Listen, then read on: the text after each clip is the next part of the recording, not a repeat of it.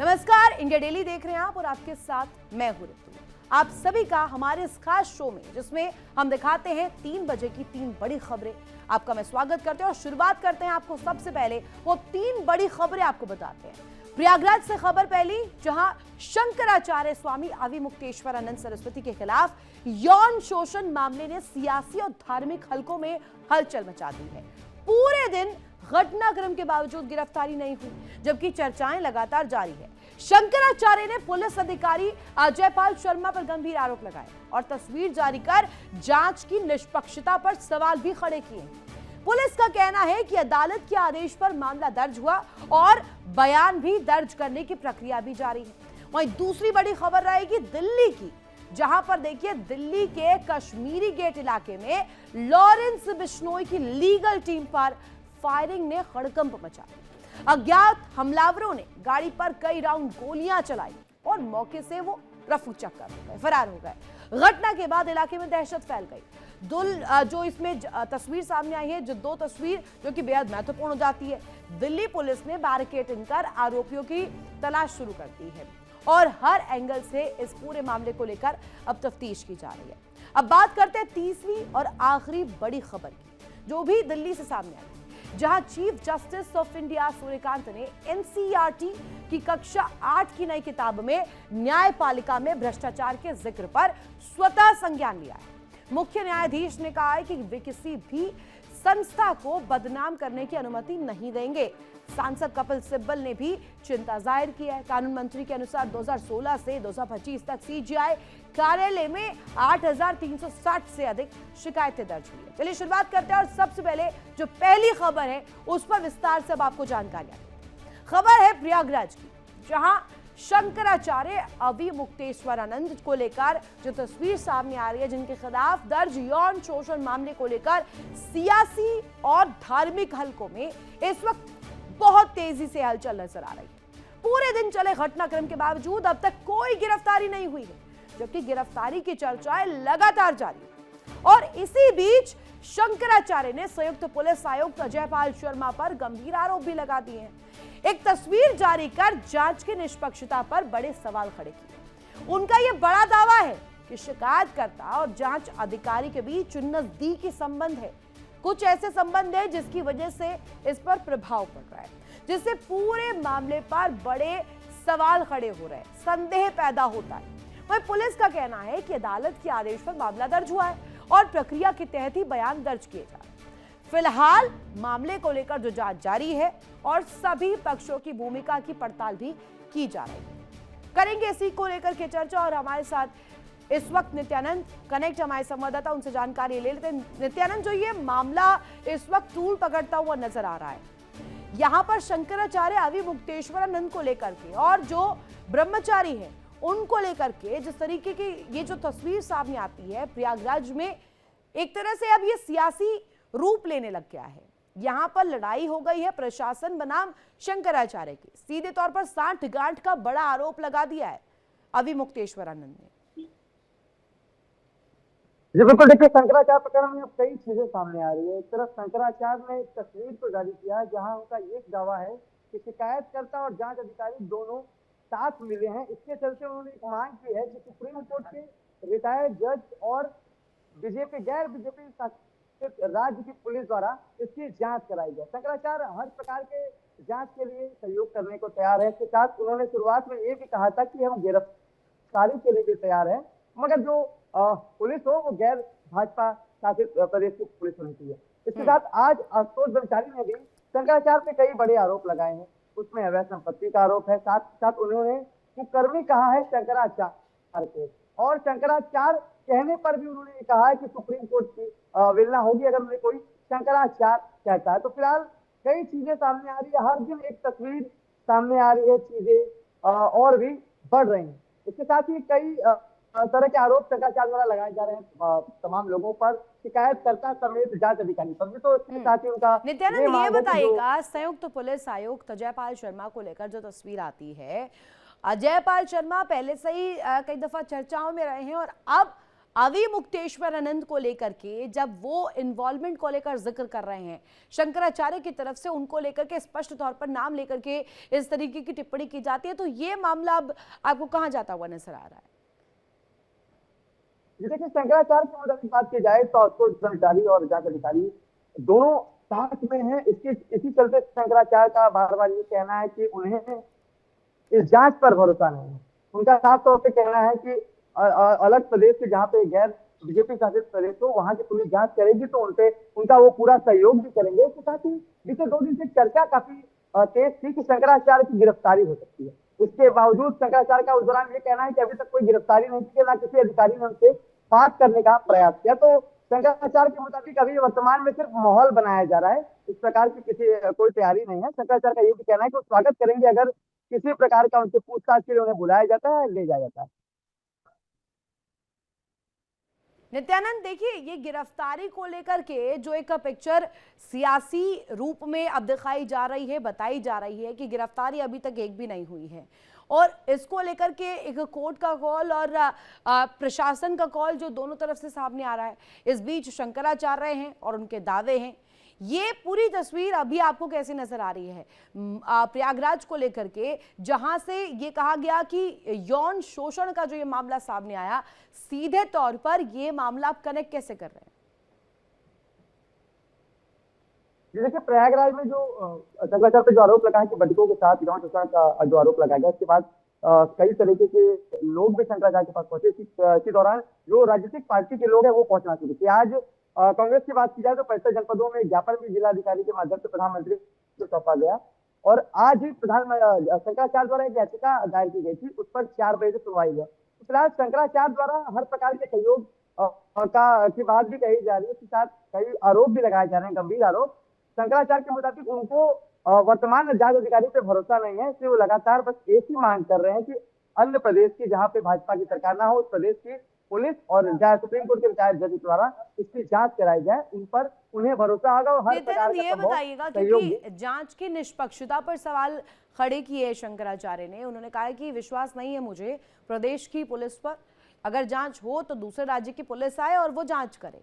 अब पुलिस बनाम शंकराचार्य ये मामला कैसे होता हुआ नजर आ रहा है? इससे पहले कहा गया कि राजनीतिक रूप लेगा, लेकिन ये तो लड़ाई सीधे सीधे प्रशासन से हो रही है। अब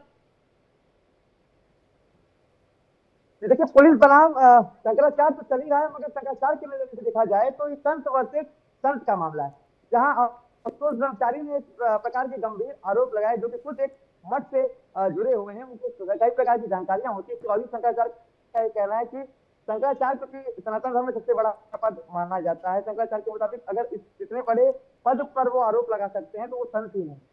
मगर बात करें वर्तमान में तो संतों में भी अब 2 गुट देखने को मिल रहा है। इसी क्रम में आज जगत गुरु बालक देवाचार्य भी शंकराचार्य के समर्थन में आ गए, जो कि अभी तक न्यूट्रल थे, मगर उनका आज बयान आया कि और शंकराचार्य के दावों में कितनी हकीकत है और जो वो कह रहे हैं उसके मायने क्या है, ये ही समझने के लिए इस वक्त जो टीमें हैं वो भी लगातार लगी हुई हैं। बहुत शुक्रिया नित्यानंद तमाम जानकारी साझा करने के लिए।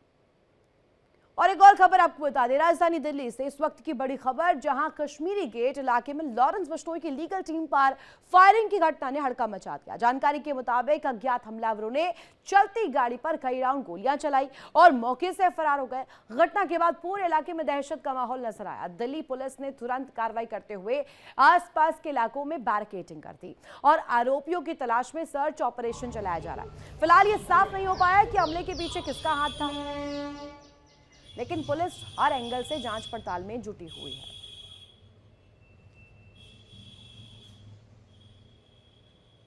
और खबर पर ज्यादा जानकारी देने के लिए हमारे साथ संवाददाता पंकज राय जुड़ गए हैं। पंकज, इलाके में दहशत है, बैरिकेडिंग बेशक से कर दी गई है, लेकिन राजधानी दिल्ली में ये तस्वीर सामने आना बड़े गहरे सवाल खड़े करती है। और लॉरेंस बिश्नोई की लीगल टीम पर इस तरीके की तस्वीर होना और हमला होना, ये क्या दिखाता है?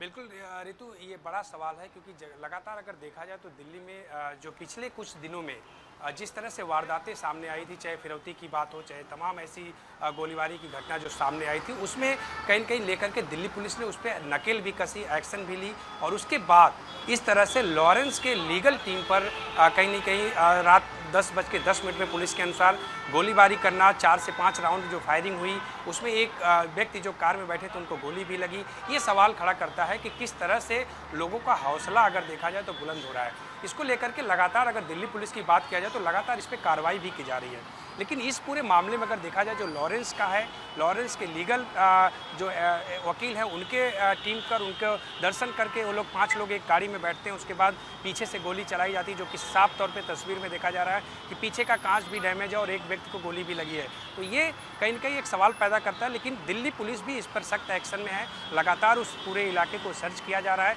सीसीटीवी फुटेज के माध्यम से तमाम जो है जाँच की जा रही है। उस इलाके में बैरिकेटिंग करके हर एक व्यक्ति पर नज़र रखी जा रही है और जल्द ही इसमें कुछ न कुछ खुलासा होगा। लेकिन इसके बीच अगर चल रहा है सर्च ऑपरेशन आरोपियों की तलाश में, वो ऑपरेशन कैसे चलाया जा रहा है राजधानी दिल्ली में?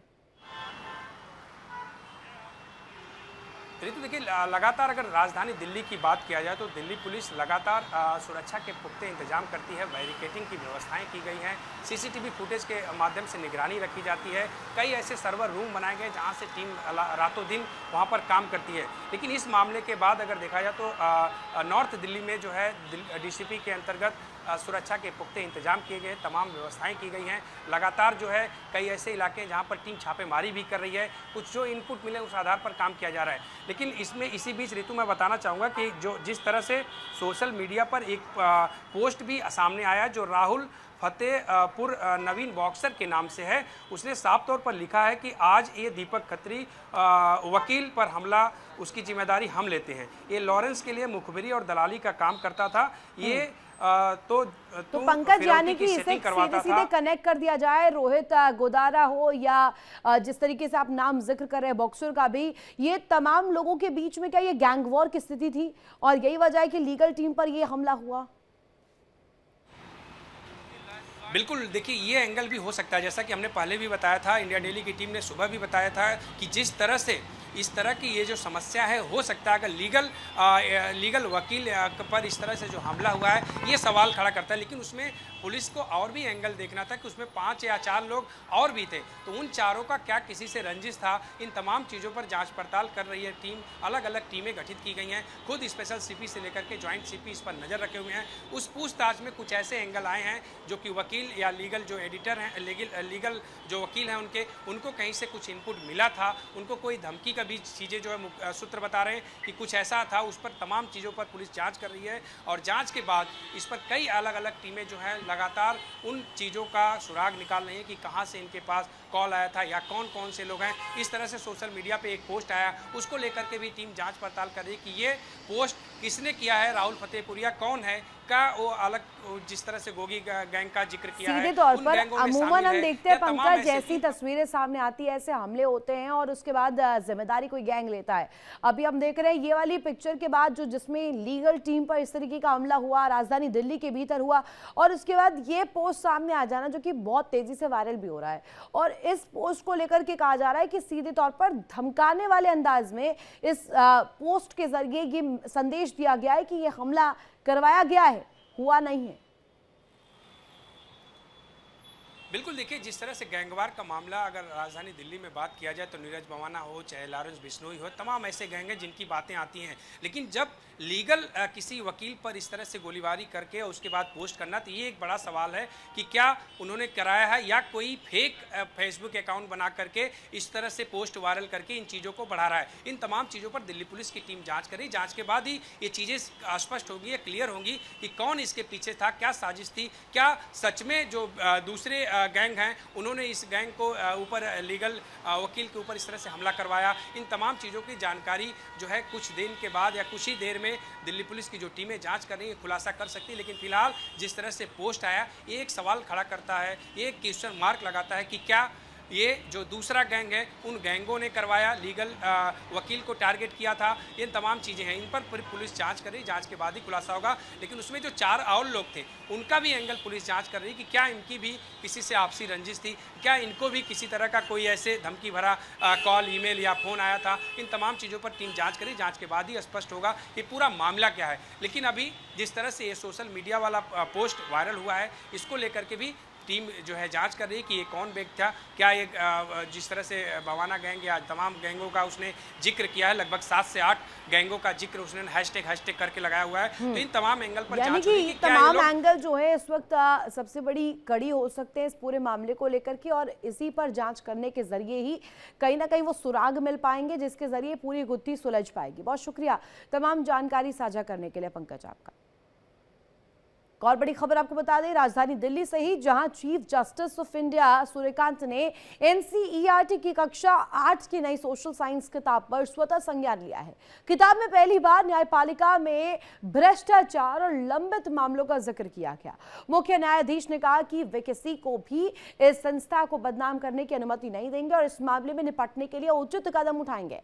सांसद कपिल सिब्बल ने भी प्रतिक्रिया दी है और कहा है कि बच्चों को इस तरह का कंटेंट पढ़ाना चिंताजनक है। किताब में बताया गया है कि देश में कोर्ट में करोड़ों लंबित केस है और न्याय प्रणाली में भ्रष्टाचार की शिकायतें दर्ज होती हैं। कानून मंत्री अर्जुन राम मेघवाल के अनुसार 2016 से 2025 तक सीजीआई के ऑफिस में 8,360 से अधिक शिकायतें मिली है और इस मामले ने शिक्षा और न्यायपालिका के बीच संतुलन पर बहस तेज कर दी है। मुख्य न्यायाधीश ने साफ किया है कि जांच और कार्रवाई अपने स्तर पर होगी, लेकिन इस तरीके की जो चीजें जो है जिसका इन्वॉल्वमेंट यहां पर जिक्र किया जा रहा है और किताबों में बच्चों को पढ़ाना कहीं ना कहीं बड़े सवाल खड़े करता है। चिंताजनक ये विषय बताया गया है। सीधे तौर पर कपिल सिब्बल का भी इसमें दावा सामने आया, प्रतिक्रिया सामने आई, जो अपने आप में बहुत इंपॉर्टेंट हो जाता है। सांसद कपिल सिब्बल ने भी इसको लेकर के चिंता जाहिर की और साफ तौर पर आपको बता दें ये पूरा मामला जिसमें किताब में सोशल साइंस की किताब है जिसमें 8वीं कक्षा के छात्रों को ये इसमें इंक्लूड किया गया है कि किस तरीके से न्यायपालिका की जो भूमिका है, खासतौर पर जिसमें भ्रष्टाचार और लंबित मामलों का जिक्र करते हुए कहा गया है कि कई मामले लंबित रहते हैं कोर्ट्स में।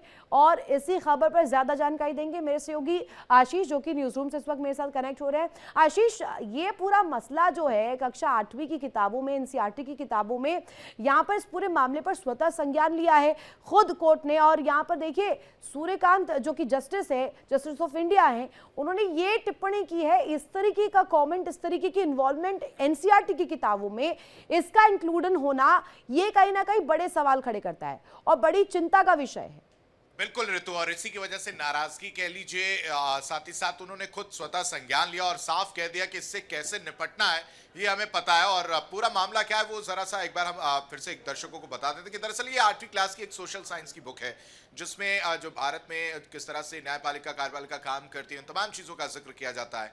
उसी में एक चैप्टर है जिसमें जुडिशरी सिस्टम के बारे में बताया जा रहा है। जुडिशरी सिस्टम के भ्रष्टाचार करके एक लेसन जो है उसमें दिया गया है, लिखवाया गया है। उसमें बताया जा रहा है कि कैसे भ्रष्टाचार हो रहा है। साथ ही साथ जो गरीब वर्ग है, जो मिडिल क्लास के लोग हैं या बहुत लोअर मिडिल क्लास लोग हैं, वो उनको न्याय मिलने में किस तरह से परेशानी होती है, इन्हीं सब बिंदु को इसमें जिक्र किया गया। जिसके बाद से सीजीआई बेहद नाराज नजर आया। उन्होंने साफ तौर से कहा कि ये इससे कैसे निपटना है हमें बताने की जरूरत नहीं है। उन्होंने कहा कि जो 8वीं की बुक है वो इस वजह से विवादों में है क्योंकि इसमें सूर्यकांत ने संज्ञान लिया और 8वीं के छात्रों को न्यायपालिका में भ्रष्टाचार के बारे में पढ़ाया जा रहा है। यानी कि आप आशीष, जैसा कि हम देखते हैं कि 3 खंड होते हैं, लेजिस्लेचर, एग्जीक्यूटिव और जुडिशरी। अब ये 3 खंडों में बाइफिकेट करते हुए 8वीं तक के जो छात्र होते हैं उन्हें ज्ञान तो दिया ही जाता है, शिक्षा दी जाती है। इस मसलन की न्यायपालिका का काम क्या है, जुडिशरी का काम क्या है, लेजिस्लेचर का काम क्या है, एग्जीक्यूटिव का क्या काम है। लेकिन इसके तहत अगर सीधे तौर पर न्यायपालिका की कार्य प्रक्रिया पर सवाल किया जाए या इस तरीके की जो तस्वीर पेश की जाए कि 8,000 समथिंग जो केसेस है वो अभी भी पेंडिंग है और इस तरीके से न्यायपालिका और शिक्षा के बीच में ये जो बैलेंस है ये बिगड़ेगा, इस तरीके की टिप्पणी की गई है जस्टिस के द्वारा। उसी का मैं जिक्र कर रहा था ऋतु, जिसमें एक भ्रष्टाचार करके लेसन का इंक्लूड किया गया और उसी वजह से वो बेहद नाराज नजर आए, जिसमें बताया जा रहा है कि किस तरह से न्यायपालिका और ये सब काम करते हैं, लेकिन उसमें जो मिडिल क्लास है, जो लोअर क्लास है, उन्हें कितनी परेशानी का सामना करना पड़ता है, नीचे से लेकर ऊपर तक किस तरह से भ्रष्टाचार इन्वॉल्व है, इस तरह की चीजों का उसमें जिक्र किया गया। आपको बता दूं कि कुछ आंकड़े भी हैं इसमें, कहा गया है कि बड़े पैमाने पर इन आंकड़ों को दिखाया गया, जिसमें यह है कि करीब 5 करोड़ 33 लाख और 21,000 पेंडिंग केस ओवरऑल पूरे बताए गए हैं। साथ ही साथ सुप्रीम कोर्ट में बताए गए कि 81,000 पूरे भारत में, हाई कोर्ट में करीब 62 लाख 40,000 है और डिस्ट्रिक्ट और सब ऑर्डिनेट कोर्ट में लगभग 4.7 करोड़ जो है इसमें केसेस बताए गए हैं। चैप्टर में लोगों की सोच और चिंताओं का भी जिक्र है। तो आप समझिए कि किस तरह से 8वीं क्लास के बच्चों के दिमाग में क्या भरने की कोशिश की जा रही है और इसी वजह से सीजीआई ने यह भी कहा है, ऋतु में बताऊं तो उन्होंने कहा है कि ये किसके सोची समझी एक प्लानिंग के तहत काम किया जा रहा है और इस पर कहीं ना कहीं वो स्वतः संज्ञान जब उन्होंने लिया है तो उन्होंने कहा है कि इससे कैसे निपटना है ये मैं बताऊंगा। जो चिंता जाहिर की गई है वो ये कि कहीं ना कहीं इससे भूमिका पर, न्यायपालिका की भूमिका पर, उसकी कार्यप्रणाली पर बड़े सवाल खड़े होंगे और इसी वजह से ये टिप्पणी अब कोर्ट की तरफ से सामने भी आई है। बहुत शुक्रिया आशीष तमाम जानकारी साझा करने के लिए। देखिए इंडिया डेली 24/7 अब आपके स्मार्ट टीवी पर। इंडिया डेली मौजूद है सभी डिजिटल प्लेटफॉर्म पर लाइव और लगातार। इंडिया डेली 24/7 हर दिन राष्ट्र को समर्पित।